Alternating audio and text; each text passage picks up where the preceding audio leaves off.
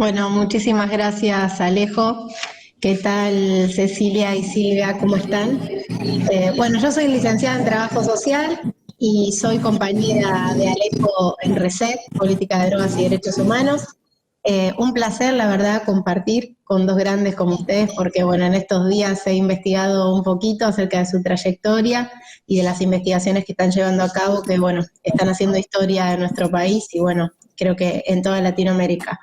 Eh, bueno, Silvia, justo mirando la película en cuestiones de uso medicinal del cannabis, me gustó esa parte que vos mencionás, cómo el cannabis de uso medicinal viene a interpelarnos desde distintos frentes.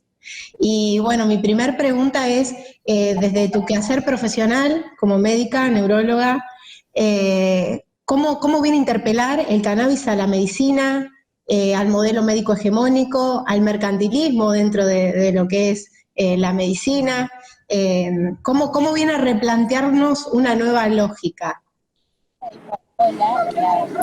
Bueno, primero quiero agradecer a Malena, particularmente que nos invitó al festival con nuestro documental, a Emiliano Serra, que hicimos juntos el documental. Quiero agradecer eso porque para mí la verdad que fue muy importante para nosotros y también los felicito, ¿no? A Alejo y a Malena por la repercusión que se ha tenido este festival. Y respondiendo a tu pregunta, creo que lo mejor es verlo el documental, porque creo que ahí aparece bien lo que justamente vos me preguntás, pero es así, yo uso mucho la palabra interpelar y sé que la repito, pero no como una muletilla, sino porque es así, porque el poder hegemónico médico, como bien decís, está acostumbrado a que el saber lo tiene él o la médica, jamás, nunca, jamás el paciente, que debe ser paciente además, en el sentido del otro término, que tiene que esperar y callar. Entonces creo que esta situación fue subversiva directamente. Encima, para colmo de males, entre comillas, no tiene dosis letal el cannabis. Entonces uno de los elementos más fuertes de la medicina es el miedo. En general no solamente de la medicina, ¿no? Pero para ser obediente y someter al otro, el miedo no hay con qué darle. Creo que lo de la pandemia lo dejó más en evidencia aún, ¿no? En el mal sentido. Y Y con el cannabis no sirve eso, porque no provoca muerte, por eso no hay dosis letal. Y tampoco hay ningún trabajo serio de investigación que demuestre que provoque adicción. Entonces, todas las amenazas así posibles, la verdad que caen en saco roto. Entonces creo que desde esos lugares interpela fuertemente. Y también porque, como si todo esto fuera poco, la historia de la farmacología moderna se basa en que uno se descubre una molécula que muchas veces viene de las plantas y se sintetiza. Y entonces cuando se sintetiza, no sé si escuchará esto del helado, pero estoy en un lugar público que vende helado. Y bueno, lo que digo es que en la farmacología moderna se sintetiza y entonces la industria farmacéutica vive de eso. En el caso del cannabis no se puede, porque cuando se quiso sintetizar no resultó efectivo y entonces significa que hay muchos componentes de la planta de marihuana, que hace que tienen efectividad, inclusive el olor característico, ¿no? Que se dice terpenos, también es efectivo. Entonces, por eso se planta, por eso en este momento, inclusive la industria farmacéutica que está aprobada y lo está vendiendo, planta, no lo puedo sintetizar. Esto pone en algún lugar en pie de igualdad a cualquiera. Y entonces, la nueva reglamentación, y estamos trabajando en eso desde la red de CONICET, es, bueno, tratar de lograr una garantía y una excelencia en la calidad del producto. O sea, que haya trazabilidad en las semillas. Estamos peleando para que el INASE autorice las semillas argentinas, que no haya que importar, que haya buenas prácticas de cultivo, buenas prácticas de manufactura, para que el que quiera usarlo tenga garantía de calidad, con precios seguramente considerablemente menores a lo que pasa ahora cuando hay que importarlo, o en este momento en Argentina hay una historia importante, buenos canabicultores, pero bueno, ellos mismos lo reconocen, hay que seguir aprendiendo como para que sea el producto que se utiliza sea de calidad. Me refiero a calidad, nosotros usamos como un término en la medicina que es cuando vos tomás algo y estás seguro que ese producto es ese producto. que no esté contaminado, que tenga la cantidad de concentración de la molécula que yo quiero que sea la que se conoce. Eso quiere decir calidad, ¿no?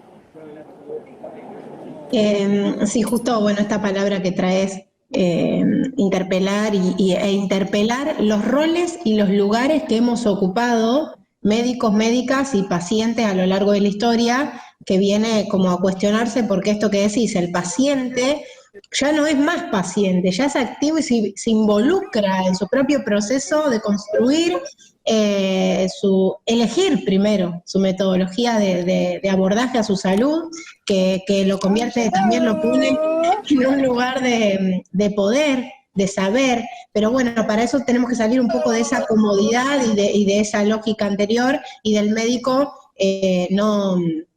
no terminar por robar la autonomía de los pacientes, ¿no? Que creo que nos falta mucho aún todavía en que los médicos y las médicas puedan seguir interpelándose, para salir de ese rol a veces donde la moral y la cultura también juegan su intervenir, vulnerando autonomías. Sí, y además aparece un elemento que yo quiero que también importante destacar, que es el lugar de las mujeres. Se vuelve a recuperar este lugar de la mujer, que es la del cuidado, que históricamente fue así, que a las mujeres las condenaban como brujas porque construían pócimas, no porque se conectaban con el diablo, y porque competían muy seriamente con los médicos recién graduados, que las mujeres no podían acceder a esas facultades de medicina. Y en esto del cannabis es bárbaro el lugar de la mujer. Son las mujeres las que... De hecho, a mí, en mi experiencia personal como médica, neuróloga y especialista en epilepsia, fueron las madres de los pacientes con formas que se llama epilepsia refractaria, que no respondían a la medicación tradicional, las que me vinieron a ver y yo escuché, había leído algo, pero sabía muy poco y me puse a estudiar. Entonces, este camino que a mí me parece maravilloso, a mucha gente le parece que no corresponde, que está mal eso, ¿no? Y que lo pone mal, qué sé yo. Y ante la primer demanda, como profesional, ¿cómo fue, cómo empezó tu intervención en cuanto al cannabis? Bueno, en realidad porque yo como experta en epilepsia, nosotros hay un 30% de pacientes que no responden a la farmacología que tenemos hoy. Y entonces en algunos casos se puede hacer cirugía, cosa que hacemos. Yo trabajo en el Hospital del Cruce, se hace en forma gratuita. Pero hay un grupo que no son candidatos a cirugía de epilepsia y empezamos a ver que con el cannabis un grupo de estos pacientes, no son todos, pero un grupo tenía muy buena respuesta y eso es increíble, fue bárbaro. Esto me pasó a mí, que lo recibí muy bien, hice un ensayo y lo publiqué, etcétera, y a los que no estaban de acuerdo y cuestionaban y decían que esto era, que no había evidencia y que esto era falso, bueno, se tuvieron que rendir a la evidencia del paciente que contaba, pero también a las publicaciones, que cada vez son más, a las investigaciones básicas, a las investigaciones clínicas. Cuando construimos la red de CONICET, fue muy importante el acercamiento de los investigadores básicos, ampliamos la cosa y había investigadores clínicos, a las ONGs, y entonces está habiendo un proceso que yo creo que es imparable, y que por suerte, desde que asumió el nuevo gobierno, empieza a estar Argentina en un nivel parecido a otras partes del mundo, ¿no? Ya casi la mayoría. Perfecto, justo mencionás, bueno, de las redes de investigadores, que se van incluyendo y acompañando a esta demanda y a este activismo que viene surgiendo ya hace unos años, desde antes de la ley. Y bueno, Cecilia, quería preguntarte cómo vos ves todo lo que tiene que ver con este activismo, cómo comienza a surgir, cómo los profesionales se van involucrando. Yo creo que acá es como dije recién, ¿no? O sea, a mí me parece que las madres y padres de todo este avance lo tienen los familiares de los pacientes, que se constituyeron después como organizaciones no gubernamentales o cooperativas, organizaciones territoriales, y son ellos y ellas las responsables, ellas fundamentalmente, de que haya salido la ley, aunque la ley que salió era mala, porque el macrismo realmente la torció para que salga una ley pésima, pero bueno, logramos sacar una mejor reglamentación ahora. Pero son ellas, sin duda, no para nada fue ni la academia, ni las médicas, ni los médicos, ¿no? Exacto. O sea, por eso digo, esto fue clarísimo, el que no diga esto hace fraude histórico, ¿no? Tal cual, quizás Cecilia puedas profundizar al respecto. Sí, gracias, Sol. Bueno, en primer lugar también agradecer la invitación a Alejo y bueno, agradecerte también a vos, Sol, la moderación y bueno, la paciencia también para charlar antes y bueno, brindar un poco de tranquilidad. Bueno, en primer lugar, bueno, cuento que soy antropóloga, me presento. Y mi trabajo de campo yo lo hice, lo empecé a hacer en 2014, acompañando al activismo canábico. Y bueno, muy rápido me di cuenta, digamos, empecé a participar en este proceso de surgimiento, de emergencia, de una demanda de acceso al cannabis para uso terapéutico. Y bueno, acompañando desde Córdoba con las agrupaciones Cogollos, digamos, de Moreno Cogollos Córdoba, y la agrupación Manuel Belgrano, que coordinaba Brenda Chignoli, que falleció en 2019. Y bueno, un poco haciendo esas entrevistas con esos activistas, siguiendo el curso de cómo se producían sus movimientos, cómo trazaban sus relaciones, lo que yo muestro en mi trabajo es cómo se dan, digamos, hay dos ciclos en este movimiento por modificar las políticas de drogas, entonces yo lo entiendo de manera procesual. Y si bien toda la cuestión del uso terapéutico de cannabis emerge, digamos, con mucha fuerza en el 2015, y es en ese momento donde, por ejemplo, las madres de Carmen empiezan a organizarse. A septiembre del 2015, en inicio de 2016, se organiza la Mamá Comitiva Argentina, digamos, basándose en la experiencia de Mamá Comitiva Chile.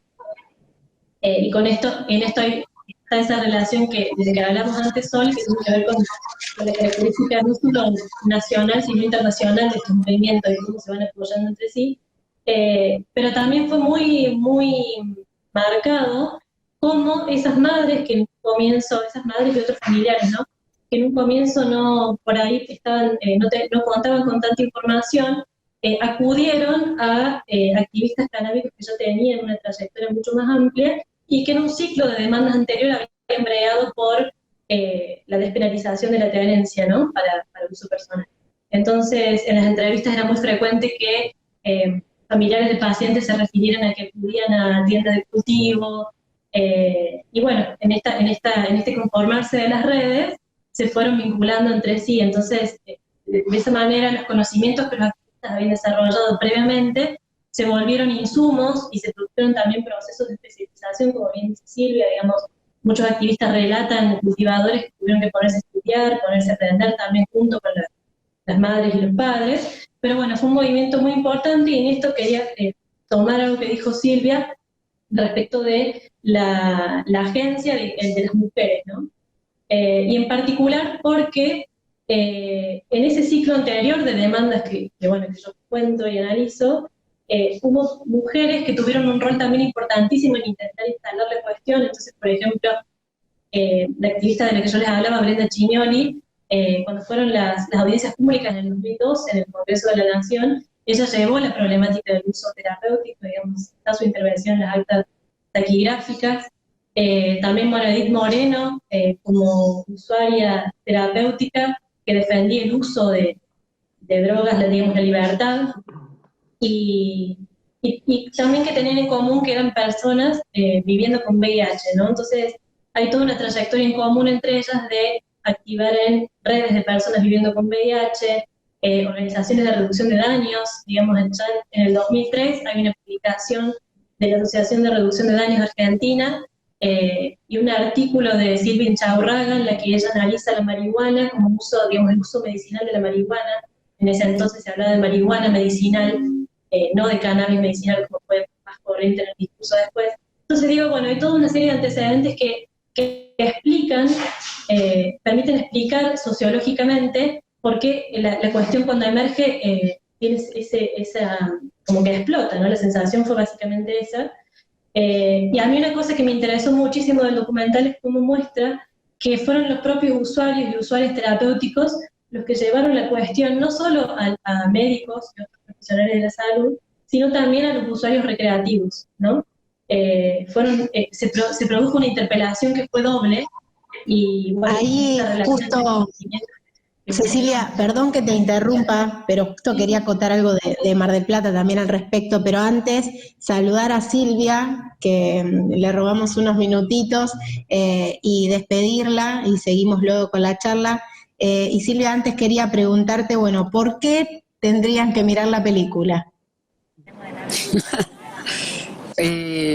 Es una pregunta, me agarraste en Orsay.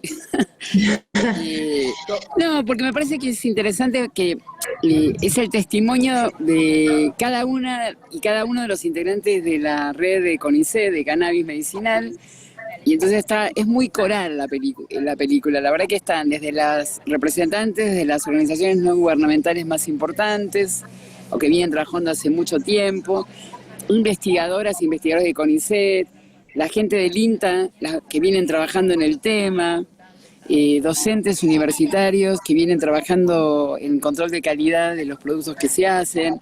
Creo que esta multiplicidad de voces hace que resulte interesante, porque asume todas las perspectivas. Es cierto, alguien me criticó y dijo que no habíamos puesto ninguna voz negativa, que no habíamos puesto a nadie que estaba en contra.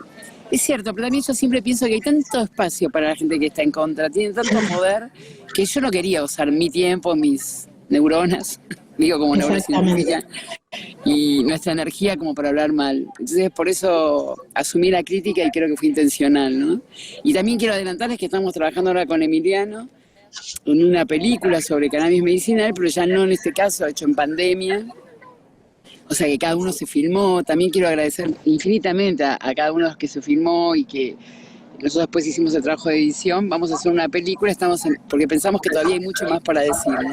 Sí. Y para decir en el sentido de aportar información a toda la comunidad, a todo el que esté interesado. Y además porque especialmente en Argentina hay los recursos humanos absolutamente idóneos como para poder hacer la mejor calidad de cannabis medicinal, ¿no? Bueno, nosotros, Silvia, con Malena, desde el festival, te agradecemos mucho a vos, a Emiliano, por haber... Esperamos con ansias la nueva película, entonces, para las próximas ediciones, porque tampoco el festival para acá, como no queda ahí la película, tampoco el festival va a ir para largo. Y los invito a todos y a todas los que están escuchando a buscar en nuestro canal de YouTube, que es Festival Internacional Cine Canábico de Río de la Plata, la película de Sara y Emiliano, como otras que hay en la programación. Te agradecemos mucho tu tiempo. Vamos a seguir ahora con María Cecilia. Muchísimas gracias.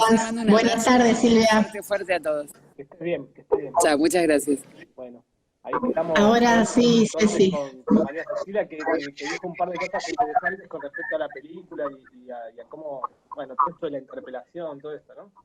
Sí, mil disculpas por la interrupción, pero justo estábamos en estos de que los usuarios y las usuarias de cannabis de uso medicinal fueron los que llevaron los interrogantes y se acercaron también a aquellas personas que poseen un consumo adulto, consumo recreativo, y en Mar del Plata justamente Mamá Cultiva comienza a gestarse dentro de cannabicultores.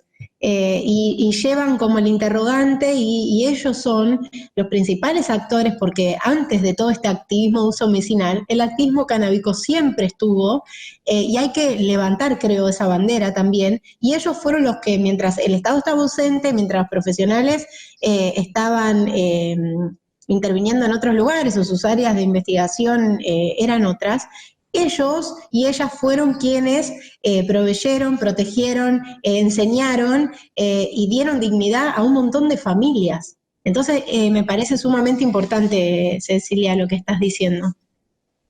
Sí, y también agregar a esto que vos decís, que estás aportando a la discusión, ¿no? Algo que me venía a la mente y que estaba muy presente en el momento en que hice trabajo de campo, que bueno, un poco intentar relevar esas cuestiones, es también cómo estos activistas que en cierto sentido eran o se pensaron inicialmente también como emprendedores canábicos, empezaron también a desarrollar productos destinados al uso terapéutico. Entonces, por ejemplo, está la historia que cuenta Mike Bifari, que es un activista canábico muy conocido en un libro que publicó hace unos años, y él cuenta que decidió ensamblar un vaporizador y ponerlo a circular en Argentina. Entonces uno de los primeros escenarios donde ese vaporizador fue mostrado fue una conferencia que organizaban las redes de personas viviendo con VIH-Sida, pensando en los usos terapéuticos, ¿no? Cómo poder hacer uso de cannabis por vía inhalada y no evitando la combustión, ¿no? Entonces son cosas que por ahí pueden parecer detalles, pero que no son menores porque hacen a la formación de conocimientos, a la creación de caminos posibles para otros emprendedores, para productores, ¿no? También pensando que con la sanción de la ley se produjo se distinguieron mejor los frentes, creo yo. Entonces, bueno, pensando en esto que Gabriela Calzolari dice en el documental de pensar el cannabis como un recurso, ¿no?, para la producción en Argentina. Entonces, bueno, son varias aristas que incluye la problemática. Y bueno, yo no quería por ahí dejar pasar esto, de mencionar estos antecedentes. Y también, no solo proveyendo estos recursos materiales, los activistas canábicos y cultivadores que ya llevaban más de 20 años desarrollando técnicas, cepas, sino también proveyendo modelos de atención, modelos de cuidado, ¿no? Positivos, que en ese momento era el término que más se usaba. Entonces, cómo ellos también idearon redes para contener a usuarios terapéuticos, para diseñar, por ejemplo, espacios de cultivo, espacios de atención de dudas respecto del cultivo, espacios de acompañamiento de pacientes. Fue todo un trabajo social que se hizo desde las agrupaciones. Y bueno, esos recursos, y también trasladándolo ahora pensando en esa capacidad de crear, capacidad creativa del activismo canábico, los espacios como proyectos de extensión y proyectos de investigación universitarios, cuyos materiales, no solo vegetales, sino también los primeros insumos de iluminación fueron brindados por el activismo. Todo este trabajo que se hace para que una cuestión se mantenga, una problemática se mantenga en la agenda, se pueda producir conocimiento, y esto es algo que lo reconocen los propios investigadores, ¿no?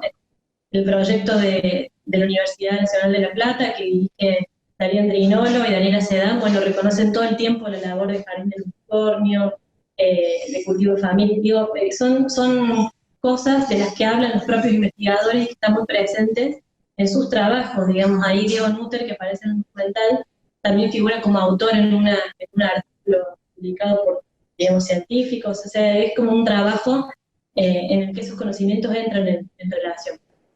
La importancia, ¿no?, que ha tomado la universidad pública en este movimiento, en esta red, y cómo se ha convertido en una universidad participante, democrática, que ha llegado a sectores, quizás, a organizaciones, y poder trabajar en conjunto, ¿no? La extensión ha sido un área fundamental. La extensión fue fundamental, y la extensión pensada con relación también a la investigación, pero sí, la extensión fue como un primer espacio que investigadores y activistas encontraron para plantear la cuestión, y para hacer una ciencia, creo yo, participativa, ¿no? Para justamente mostrar en una configuración universitaria, digamos, en un espacio llamado académico, que esa relación existía, que se daba, que era un elemento de la realidad. Y bueno, es muy marcado, muy visible cómo a partir de, antes de la sanción de la ley, pero sobre todo a partir de la ley, empiezan a emerger estos espacios, ¿no? Curriculares, cátedras libres, cursos, en fin, módulos. Por ejemplo, aquí en Córdoba se organizó en la Facultad de Ciencias Médicas un módulo de cannabis de una terapéutica razonada, digamos, que se dictó en las cátedras de farmacología 1 y 2. Y bueno, así, digamos, fueron surgiendo estos tipos de espacios donde esta relación entre cultivadores, agrupaciones específicas e investigadores científicos estuvo siempre muy marcada. Y la extensión vista desde el lugar de la extensión crítica, y no la extensión de transferencia como se sabía aplicar anteriormente, que es que el conocimiento se baje desde la universidad a la comunidad. Estos espacios de extensión en la universidad, lo que ha gestado son espacios de cogestión y de planificación asociada, donde cultivadores, madres, familiares, usuarios, puedan, con profesionales también, trabajar de par en par y poder construir y cogestionar políticas en conjunto, planes de acción para, bueno, luego terminar en una política pública, o lo que vimos esta nueva ley y reglamentaciones, porque sabemos que el Consejo Consultivo también se ha creado desde esta horizontalidad que proponen estas nuevas redes, ¿o no? Sí, eso también estuvo muy presente, como, bueno, ya desde la misma ley se reconocía la importancia de de los conocimientos, ¿no? de los usuarios. Y eso también se hizo presente en la composición del Consejo Consultivo Honorario y también desde la propia RACME, ¿no? Que fue digamos, la red que desde CONICET, sobre todo a partir de fines de 2019, empezó a nuclear, a llamar a estos actores y a realmente pensar en conjunto esas problemáticas, ¿no? Tener en cuenta que son esos actores los que están planteando y pensar esa construcción de conocimiento también de manera dialógica entre los distintos actores interesados en la cuestión.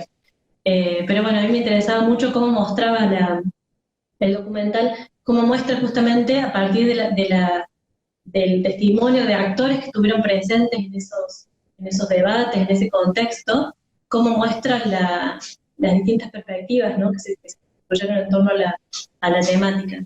Y cómo también me parece fundamental cómo los lugares de encuentro, ¿no? Retener esos lugares de encuentro que son de las redes, que fueron eventos, van mencionando, por ejemplo, la jornada de Mar Azul, que se hizo en verano del 2016, digamos, cómo en esos eventos las personas se fueron encontrando y se fue generando una dinámica de especialización por parte de las presentaciones, digamos, cómo se fueron delineando esos discursos en torno a la cuestión del cannabis medicinal, y cómo también después esos discursos fueron variando. A mí se me presenta sobre todo digamos, la iniciativa, el impulso que Mamá Cultiva le dio recientemente a hablar de marihuana, ¿no? Marihuana para la salud, y volver a instalar el término tan demonizado de marihuana, cuando antes el consenso entre la mayoría de las agrupaciones era hablar de cannabis medicinal. Pero bueno, eso es todo otro tema que vale la pena, digamos, profundizar en otra. Hay un concepto de Jill Collins, que es una feminista negra, que habla de los espacios seguros.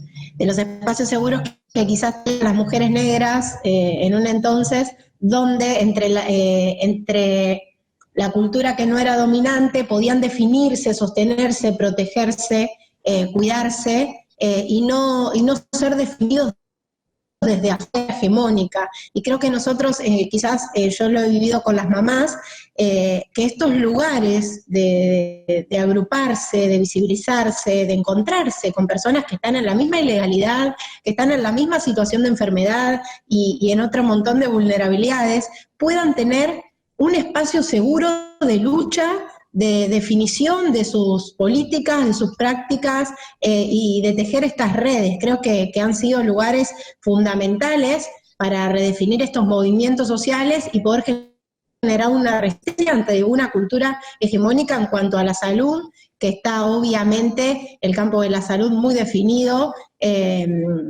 por el campo económico. Entonces, cómo este lugar alternativo se ha ido generando su lugar y de poder tener esa voz de elegir algo alternativo y no desde un modelo impuesto en cuanto a lo medicinal. Sí, y yo creo que me parece muy certero eso que decís del encuentro, por eso acotaba esto. Y también en muchos casos, para pensar estas cuestiones del encuentro y también considerarlas, digamos, a partir de distintas experiencias de madres, padres, otros familiares y los propios usuarios terapéuticos, en muchos casos también se dio una combinación, ¿no? Yo creo mucho que se dio una combinación de terapéuticas, no fue, digamos, sí hubo algunas personas que optaron por el cannabis como una vía, digamos, mucho más natural de cuidar de sí, pero también hubo formas de, digamos, combinar algunos aspectos del llamado modelo médico hegemónico, digamos, de la medicina convencional, con el uso de estas terapias complementarias alternativas, y también hubo un llamado desde digamos, los propios científicos y profesionales de la salud a profundizar las investigaciones para pensar en el cannabis no solo como una terapéutica complementaria, ¿no? Ese es el desarrollo que me parece que está dando. Pero bueno, también hay unas combinaciones, unas recombinaciones y sobre todo, en el último tiempo, una mayor visibilidad de profesionales de la salud que bueno, se animaron a dar la cara, digamos, a hablar del tema con los pacientes, y no solo aparecer, digamos, públicamente, sino digamos, hacer presente el cannabis en su propia práctica médica. Creo que fue también un aspecto muy importante de que se produjo. Si bien, no, digamos, sigue habiendo críticas y no es tan visible, en muchos casos se están dando cambios, y creo que la ley, con todas las fallas que puede haber tenido, tuvo brindó esa posibilidad. No sé si Cecilia, ¿cuáles crees que son los desafíos que nos quedan ahora por delante en cuanto a profesionales y también a este activismo canábico, como para ir cerrando? Bueno, yo creo, sobre todo, me parece que hay un tema que desde el activismo canábico se menciona todo el tiempo, e incluso los profesionales de la salud también lo dicen, y es la necesidad de una regulación que sea más integral, ¿no? Una regulación que no solo abarque lo terapéutico, sino que también tenga en cuenta, digamos, la producción de cáñamo industrial, yendo el caso, y los derechos de los usuarios recreativos, que, digamos, en estos procesos sociales de producción de normas, también al producir una nueva norma se produce una nueva desviación, ¿no? Entonces, con la regulación del acceso al uso terapéutico, los desviados, digamos, que siguen permaneciendo y que siguen siendo encarcelados, siguen siendo procesados, son aquellos usuarios cuyo uso es recreativo, adulto, placentero, digamos. Y también aquellos que no ven, no se sienten interpelados, que son las palabras que se dice, por el uso terapéutico, digamos, no se ven en ese lugar. Entonces digo, bueno, por ahí el desafío de regular de manera integral, que lo plantean tanto el Frente de Organizaciones Canábicas como el Acuerdo por la Regulación Legal, digo, son actores que se están movilizando en todos esos objetivos.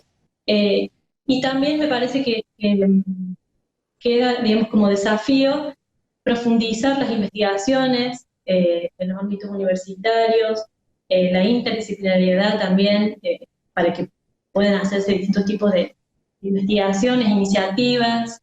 Bueno, me parece que está abierto el campo para que se den todas esas cosas y para que surjan nuevas iniciativas. Digo, es medio difícil prever qué va a pasar.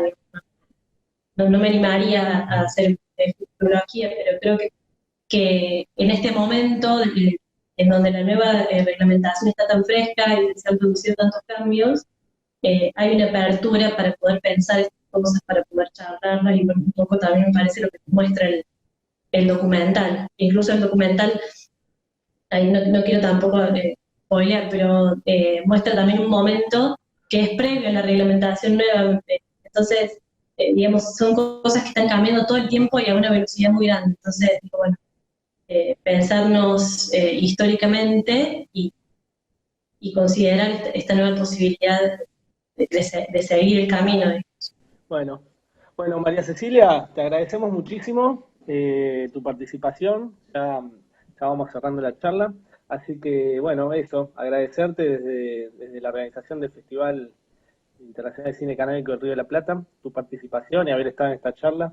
Y bueno, eso, nos estaremos encontrando en nuevas iniciativas. Bueno, muchas gracias a ustedes por la invitación. Muy bien.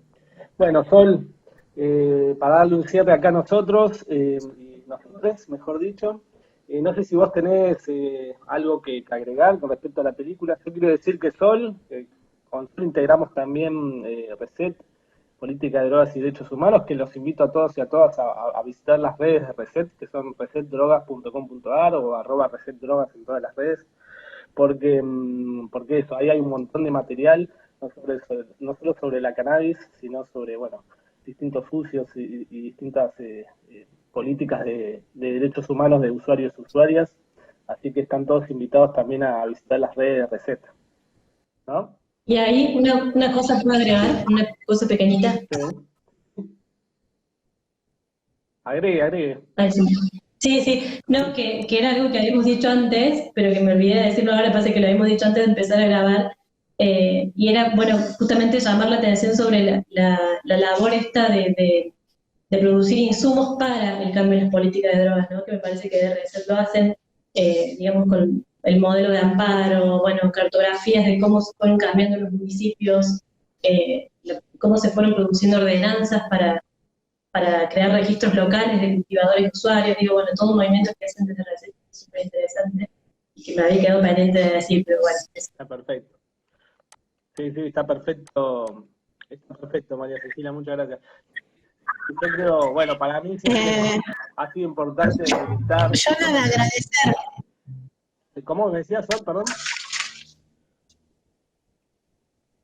Agradecerte a vos y también por lo que están haciendo a través del festival, de poder generar un acceso a la información, a democratizar la información, y no solamente del uso medicinal del cannabis, sino de los distintos usos que tiene la planta, y poder acercarnos un poco más y poner en la agenda pública la temática, y creo que después del uso medicinal y de la nueva reglamentación vienen otros debates que van a tener que ver con la despenalización del consumo, también con lo que tenga que ver con el placer y los usos, con la perspectiva de género en el uso también de la sustancia. Así que bueno, creo que recién empezamos en este camino y nos quedan grandes batallas, pero creo que es fundamental el festival para acercar toda esta información, así que te felicito, Alejo. Bueno, muchas gracias. Y bueno, están todos invitados a ver la película de Sara y Emiliano Serra que está en el YouTube, que era un poco la excusa, el motivo de esta charla que hicimos. Y les vuelvo a agradecer a ustedes dos también y a todos y a todas las que están escuchando. Saludos a todos.